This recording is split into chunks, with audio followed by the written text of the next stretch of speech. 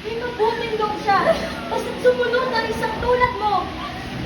Awa niyo na, hermana! Huwag niyo po kami sa akin to! Kung meron po kayong onting abang para sa akin, ayun na yun at hindi ako ligtas!